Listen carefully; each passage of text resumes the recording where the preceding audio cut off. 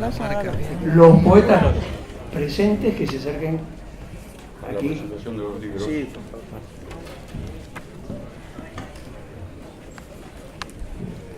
Bueno, buenas noches.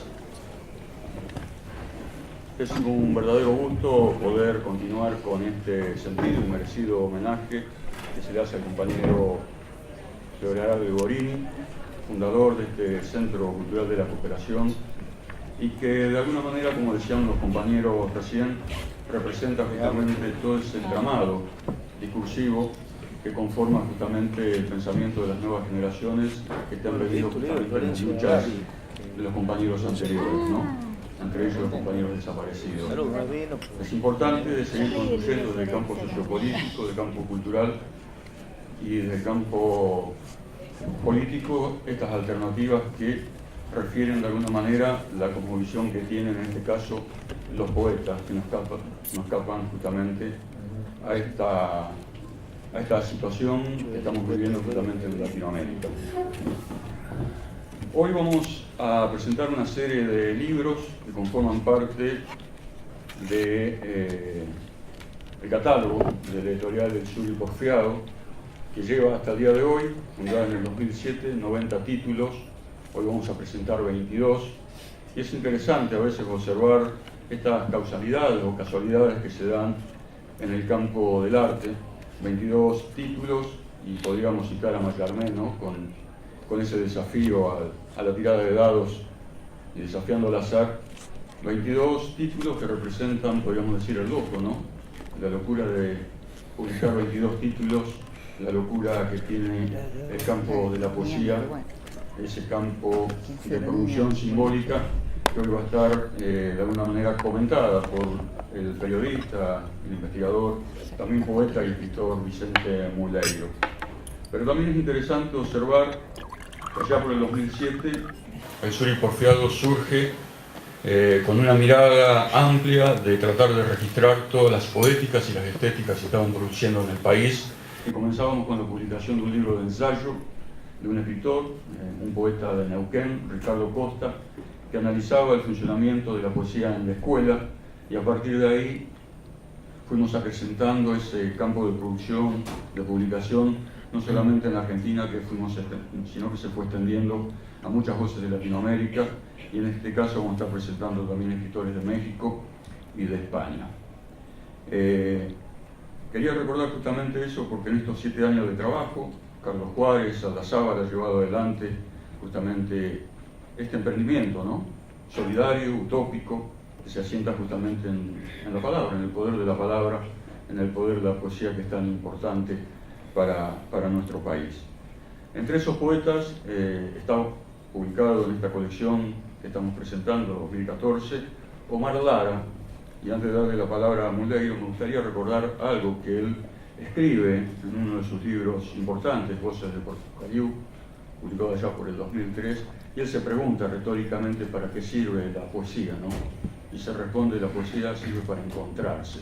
Y creo que el Suri Porfiado ha asumido ese desafío y ha ido encontrando esas voces, esas poéticas, esas estéticas que representan de alguna manera la idiosincrasia, la voz de cada uno de los miembros de nuestro pueblo.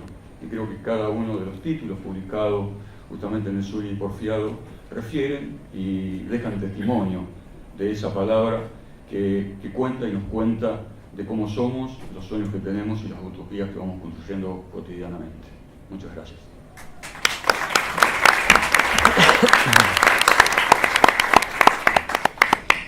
Bueno, buenas noches. Son 22 libros, no pude menos que trabajar 3 páginas por libro, ya tenemos 66, una leve introducción y una conclusión final. Serán 102 páginas, después se va a leer unos 50 minutos y 40 minutos cada uno de ellos, y después hay medio vaso de vino para uno. Esa es la trampita que hemos armado. Bueno, yo creo que aspirar a presentar estos 22 libros en pocos minutos es un ejercicio de patafísica en el sentido estricto, como la definió Alfred Jarry, el autor de Burrell, creador de la patafísica, la definió como la ciencia de las soluciones imaginarias y de las leyes que regulan las excepciones. Así que después de aceptar eso, me dije, bueno, voy a hacer un ejercicio de patafísica que puede consistir más en celebrar que en presentar, puesto que estamos ante las estribaciones del año 2014, en el siglo XXI, y creo que este era el día, que hubo un cruce en un momento en el que acaso nos estemos mirando un poco mejor entre nosotros y nos bajamos un poco del caballo de un tan malentendido y mal llevado centralismo y decidimos armar en términos políticos y poéticos la idea de un nosotros, el imaginario de un nosotros, donde cuenta tanto la particularidad como la semejanza. Esto puede parecer paradojal, tratándose de un género como la poesía, que acaso sea el género que más carga con el ensueño de una subjetividad. Pero tener esta pila de libros aquí, presentado en un solo acto, obliga a otros ejercicios. Yo diría que esta noche, sobre todo el público y los poetas y los escritores y los presentadores y los lectores, trazamos la mejor flecha posible entre uno y otro, una conexión ejercitada bajo el auspicio de la poesía. Tener que presentar tantos libros juntos con una sola locución, con un solo texto, me llevó a hacer una suerte de ejercicio lúdico. Tomo, por ejemplo, Prosas bucólicas de Héctor Urruzpuru y leo: amor en blanco y negro, este amor incoloro, pero al que le sobran matices, luces, sombras, zonas grises que beso. Esa cita tiene que ver con el verso El tigre en la casa de Eduardo Lizalde, cuando escribe: tocó la puerta el ángel destrozado y se puso a temblar. Digo, no tengo más remedio que elegir, por ejemplo, el eco vallejiano y la reelaboración de la poesía del noroeste de Carlos Hugo Aparicio, un plato con cariño y su techumbre, un codo que nos toque humanamente. O a Nora Perusín, la autora de Donde la luz detiene su sombra, que escribe: la tarde simula su belleza en ese sol que se despide, se agita la multitud a mis espaldas, no pondrás tu mano en mi hombro. Y la cruzo con la ecuatoriana Julia Erazo, porque en otro tono dice: no queda rastro de ti, solo un poco de azúcar derramado en la mesa. Yo diría que la poesía se entrelaza precisamente desde la singularidad. Leo al español Luis García Montero: a veces por la calle pasa un día, no un 12 de septiembre o un 1 de junio, sino un día relámpago, imprevisto en la lógica del tiempo. Es esa imprevisión, esa excepcionalidad, esa búsqueda por nombrar lo innombrado, la palabra que busca no tener límites. Y la palabra sin límites es el libro de Néstor Ponce.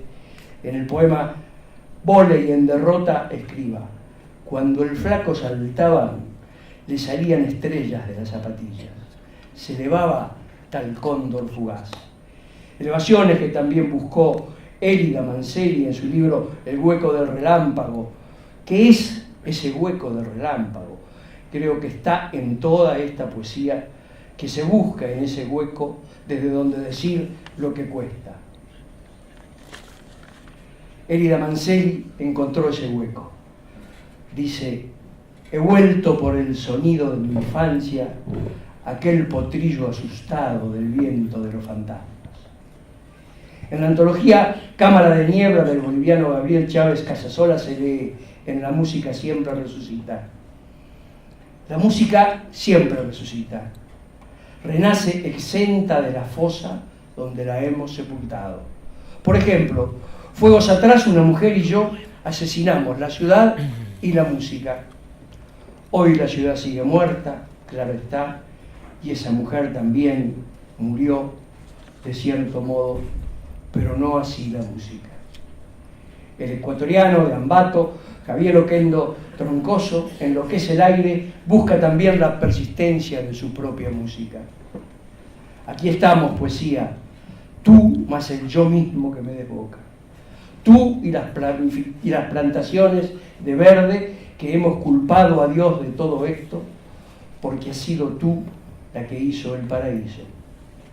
Y bajando por la vértebra andina llegamos a Concepción, Chile, y allí con el Gran Himalaya, de su libro El Gran Himalaya, Omar Lara, en tu condición asumo, dice, me despojo de ropa, de papeles, sobre camas recientes, me desplazo buscándote, tu nueva piel seré. En cuaderno de Tyler Durden se lee en el poema de Mijail Lamas, autor de Sinaloa, Stalker. Te escribo para espiarte, más allá de tu cuerpo, en mis palabras, para tocarte con mi voz, para leerme en tus labios. Quiero decir, la palabra como excavadora de sentidos, como en Carolina Vizcayar, cuando nos dice en La sombra de una boca, un beso es una imagen, la de alguien sobre una cuerda floja, lejos del suelo, en el límite. Fabiola Soria, en todos los rostros, reparte su voz para la cara y cruz de quienes la rodean, en una clave agónica entre los espejismos y las violencias de la época, como en este fragmento de Jonathan. El puñal en la carne, la sangre en su historia, la de él, el que sobrevivió a la matanza, y solamente porque no le gustó que el otro así lo mirara.